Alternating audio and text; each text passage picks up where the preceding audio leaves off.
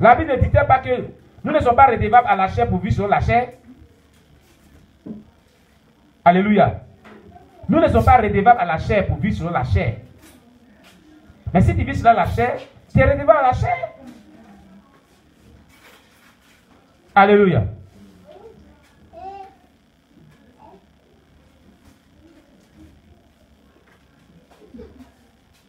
Gloire à Jésus-Christ. Celui qui vit dans le péché de manière courante est esclave du péché, déclare la Bible. Esclave du péché. Celui à qui tu te soumets, tu deviens son esclave, déclare la Bible. Et Paul dit, ne sois pas esclave du péché, mais ne sois esclave de Christ. Tous ces enseignements-là, nous les donnons aux pépites de la chair. Mais pourquoi est-ce que, si les autres arrivent à vivre cette vie-là, pourquoi est-ce que toi, tu n'aménages aucun effort? Amen, amen. Pour changer de conduite. Jésus parle à chaque personne au travers de sa parole que le temps est arrivé pour se repentir, pour vivre la sainteté, pour marcher selon la parole de Dieu, afin de ne pas regretter tôt ou tard, pour dire non que s'il avait su. Alléluia. La Bible ne ment pas. Voilà ce que Jésus lui-même dit. Prenez Marc chapitre 1. L'évangile de Marc chapitre 1. L'évangile selon Saint Marc chapitre 1. Le verset 14 à 15. Ouvrez vos Bibles. Dans le livre de Marc chapitre 1, verset 14 à 15. Amen, amen.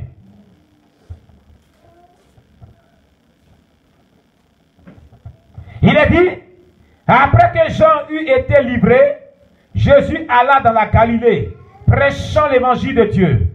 Il disait, le temps est accompli et le royaume de Dieu est proche. Répentez-vous et croyez à la bonne nouvelle.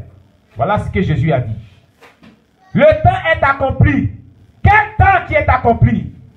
Quel est ce temps qui est accompli? Quand est dit le temps est accompli?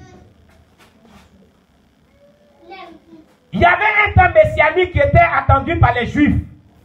Le temps où Jésus devait venir. Les prophètes alors, tels que le prophète Ésaïe, prophète Jérémie et d'autres prophètes comme Moïse avaient prophétisé depuis le passé que Dieu susciterait un Messie au milieu du peuple de Dieu qui allait les sauver. Ils attendaient ce temps. Ils attendaient ce temps depuis des décennies. Et quand Jésus est arrivé, il dit ce temps-là, il est accompli. Au moment où Jésus disait cela, il y a des siècles en arrière. Donc il y a des siècles en arrière, avant même que tu ne naisses, ce temps-là est accompli. Pour que tu te repentes. Ne dis pas encore, c'est pas encore mon temps. Quand ça va évangéliser, c'est pas encore mon temps pour me donner à Dieu. Ce n'est pas encore l'heure pour moi. Qui t'a dit? Qui t'a dit n'est pas encore l'heure pour toi? Le temps est accompli il y a longtemps. Le royaume des cieux est proche. C'est à ce moment-là que toi, tu prends le péché comme pommade, tu mets sur toi. Tu te pommades avec le péché, le mensonge, l'impudicité, l'adultère, la haine, la sorcellerie, l'hypocrisie, la méchanceté de toute forme, l'orgueil. Tu te pouilles au lieu de te dépouiller. Répentez-vous. Toi qui m'écoutes à cette heure, quel que soit le lieu où tu te trouves, répands-toi de tes péchés. Répands-toi de tes péchés. Jésus revient. Il n'y a plus de temps pour dire que ce n'est pas encore l'heure pour moi pour me donner à Jésus. Ce n'est pas encore l'heure pour moi pour mener une bonne vie chrétienne. C'est les pasteurs qui doivent venir. Moi, vous voyez les chrétiens, regardez un langage misérable. Un langage de bassesse. C'est les chrétiens qui doivent vivre comme ça. Oh. Et nous, là, on vient d'arriver. C'est les anciens là qui doivent vivre comme ça. Oh. Ça fait combien de temps qu'il est chrétien? Il faut compter les années depuis que tu as donné ta vie à Jésus-Christ. Il faut compter les années. Combien de mois? Combien d'années que tu es dans la chrétienté? Et ta vie, elle est toujours la même chose. Toujours la même chose. toujours. Mais tu n'as pas de conscience quand même.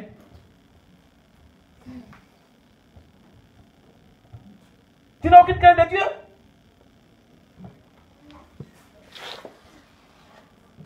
Alléluia. Toujours. Sache que c'est le péché que tu es en train de te pomader avec ce péché-là. L'impudicité. L'adultère. Tu es dans les matières en train de te livrer de l'alcool. La haine. Les mauvaises pensées. Les calomnies. Les murmures. Les injures. Réponds-toi. Jésus revient bientôt. C'est toi qui couches un mari des gens dans les hôtels.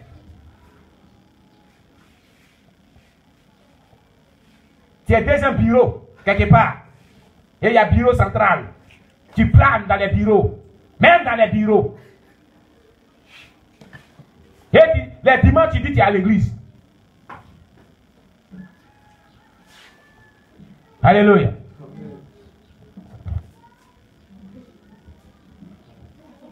Dimanche, tu es chrétien.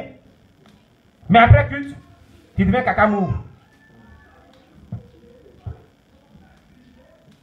Alléluia. Jésus te voit.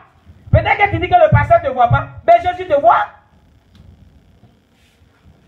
Le jour que tu ne te répands pas, ce n'est pas mon souhait. Et que tu es arrivé à la porte du ciel, ils vont mettre écran géant. Ce que je suis en train de te dire là, ils vont te montrer. Ils vont te montrer.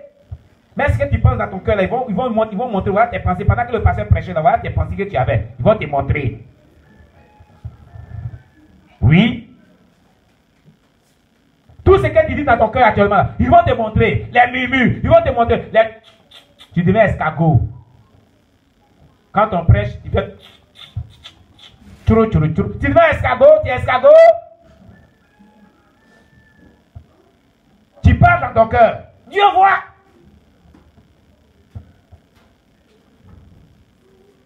Tu te mets en colère contre ce... Oh, Seigneur Jésus chrétien. D'accord. Que Dieu nous bénisse. Alors, voici une bonne conduite. Toi, moi, tu n'es pas encore arrivé là-bas. Voilà ce que la sœur, cette sœur en Christ là, quand Dieu lui a montré de sa mort venue, elle a commencé à ranger sa vie de manière profonde. Elle a commencé à vivre la sainteté de manière profonde. Elle a commencé à s'approcher davantage de Dieu. Mais toi, c'est à ce moment-là, quand Dieu te montre des choses, c'est à ce moment que tu te détaches de Dieu. Pourquoi même? Pourquoi tu te détaches de Dieu? Ce n'est pas le moment de se détacher de Dieu. C'est à ce moment que tu vas t'accrocher à Dieu, t'approcher davantage de Dieu.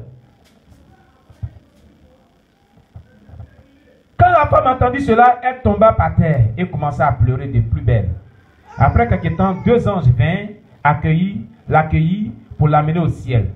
J'aurais aimé être cette personne qui avait réussi. Cependant, Dieu aidera chacun d'entre nous et nous réussirons aussi au nom de Jésus-Christ de Nazareth. Amen. Alors Jésus-Christ me dit, fils, nous allons maintenant en enfer. Il y a certaines personnes que je vais te montrer là-bas. Nous commençons par y aller. Vous lirez mon voyage en enfer et ce qui s'est passé là-bas dans le prochain livre qui a pour titre Des cris pour une âme, des cris pour une autre chance. Voilà.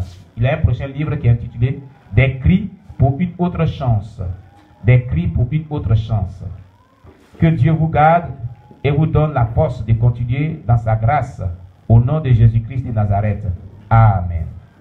Ainsi donc prend fin le livre de Kinsey Ibani, son expérience sur le dossier vide, rapporté par le mouvement d'intercession et d'évangélisation Dieu te voit, mieux bas DTV.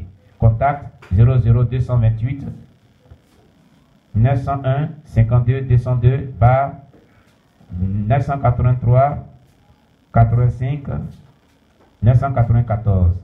Email ostino 8dom@yahoo.fr. Lomé Togo. Amen. Lomé Togo. Donc ce livre a été édité en français par vraiment les frères du Togo. Voilà. Le pasteur, oh j'oublie son nom là. Voilà. Bon, voilà les contacts. Si vous pouvez passer vos commandes. Jésus-Christ de Nazareth revient très bientôt. Préparons-nous. Contact 00228 90 15 22 02. 00228 90 15 22 02.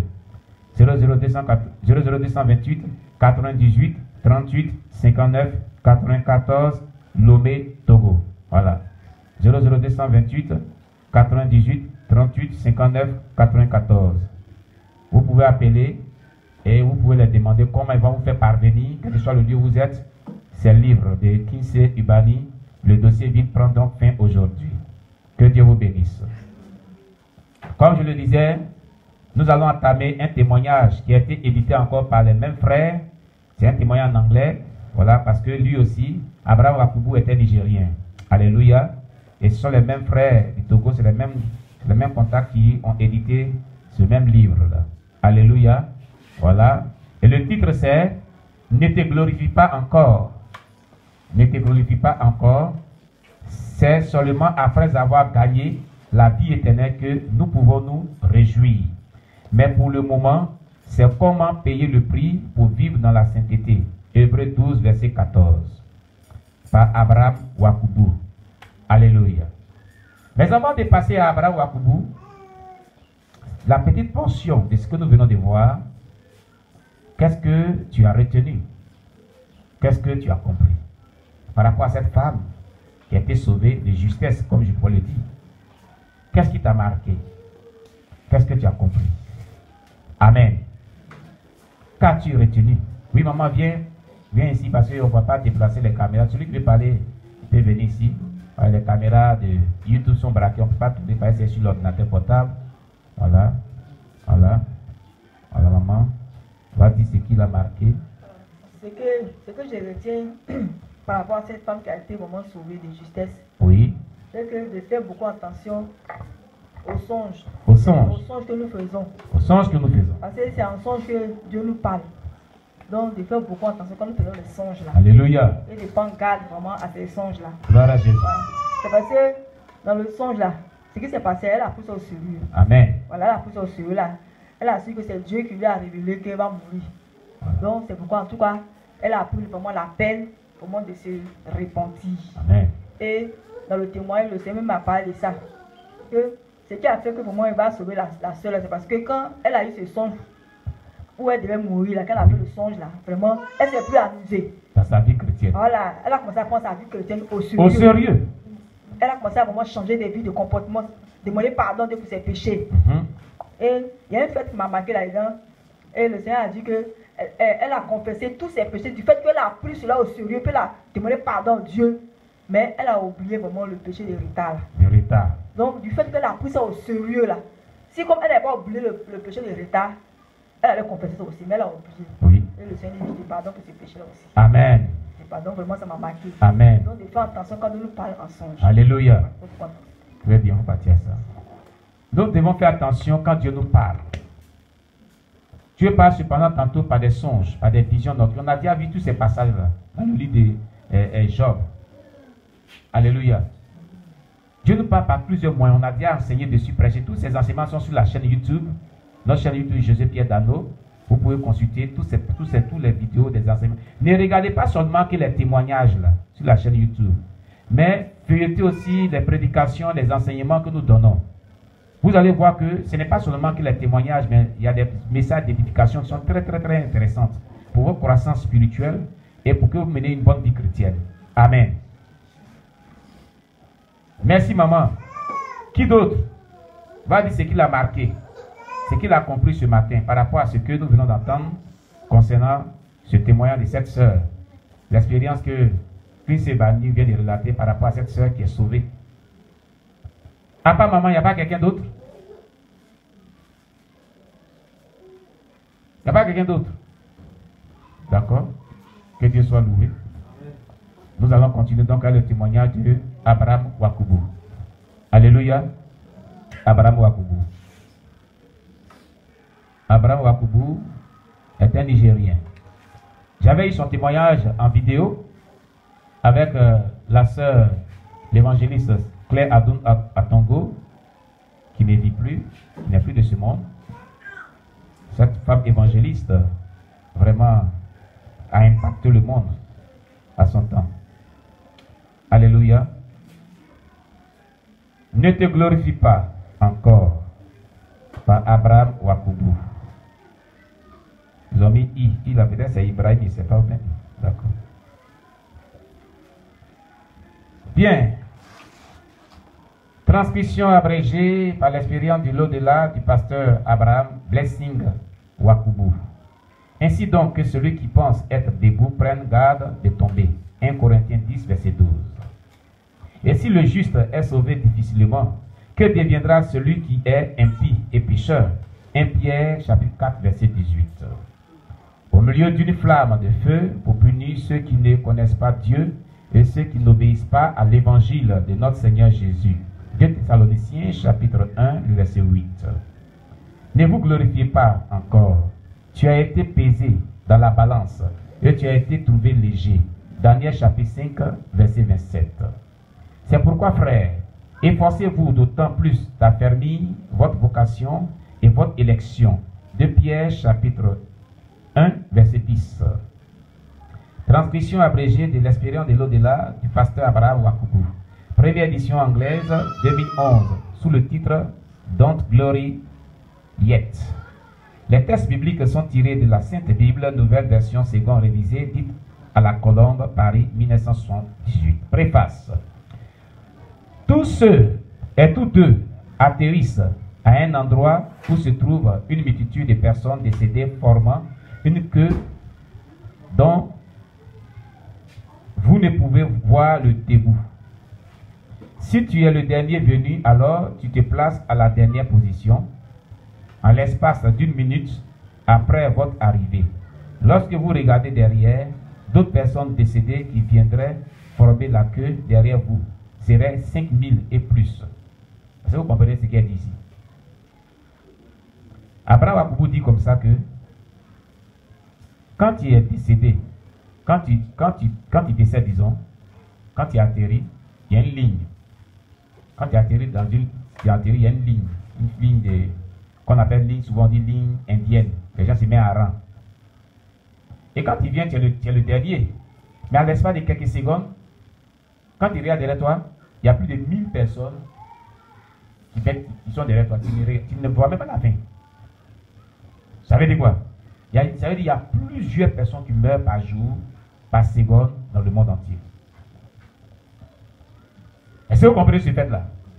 Ça veut dire qu'il y a plusieurs personnes qui meurent. Et c'est de manière rapide. Amen. Gloire à Jésus-Christ. Lorsque vous regardez derrière d'autres personnes décédées qui viendraient former la queue derrière vous, seraient 5000 et plus. C'est là où j'ai découvert qu'il y a environ 5000 décès dans chaque minute. Tu comprends? C'est là qu'il a compris qu'il y avait 5000 décès dans chaque minute au travers le monde entier. 5000 décès dans chaque minute. Multipliez ce nombre par 60 minutes et par 24 heures, vous pouvez vous imaginer le nombre de personnes qui meurent chaque jour dans le monde entier. Au ciel, il n'y a ni jour ni nuit. Ramenons cette image dans la chronologie de notre monde. Un jour signifie un matin et un soir. Au ciel, en une journée entière, peut-être 5 personnes parviennent à entrer par la porte du ciel. Parfois 3, 2 ou même une personne. Sur les milliers des milliers qui meurent, dans une journée, peut-être c'est 5 personnes qui rentrent au ciel. Ou parfois même une personne. Ça veut dire que Satan travaille pour amener des milliers, des milliards, je ne dirais pas des milliers, des milliards de personnes en enfer. Mais ne soyez pas du nombre de ces personnes qui vont aller en enfer. Voilà pourquoi Dieu est en train de nous parler ce matin. Et toi qui m'écoutes, sache-le. Jésus-Christ m'envoie de te dire au travers de ce témoignage, tu ne dois pas être parmi ceux-là qui vont en enfer. Voilà pourquoi il nous interpelle nous tous. Il inclut moi-même. Alléluia.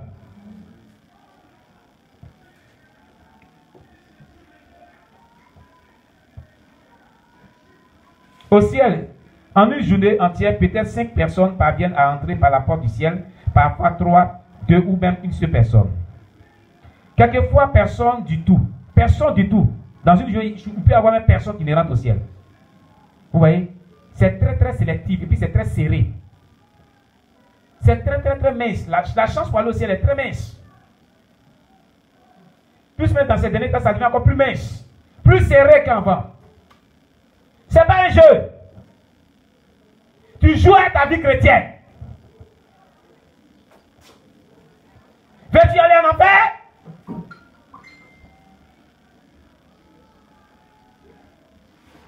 Quand les dimanches viennent, tu joues aux chrétiens, des bons chrétiens. Mais quand dimanche quitte là, tu deviens vraiment un païen, une païenne.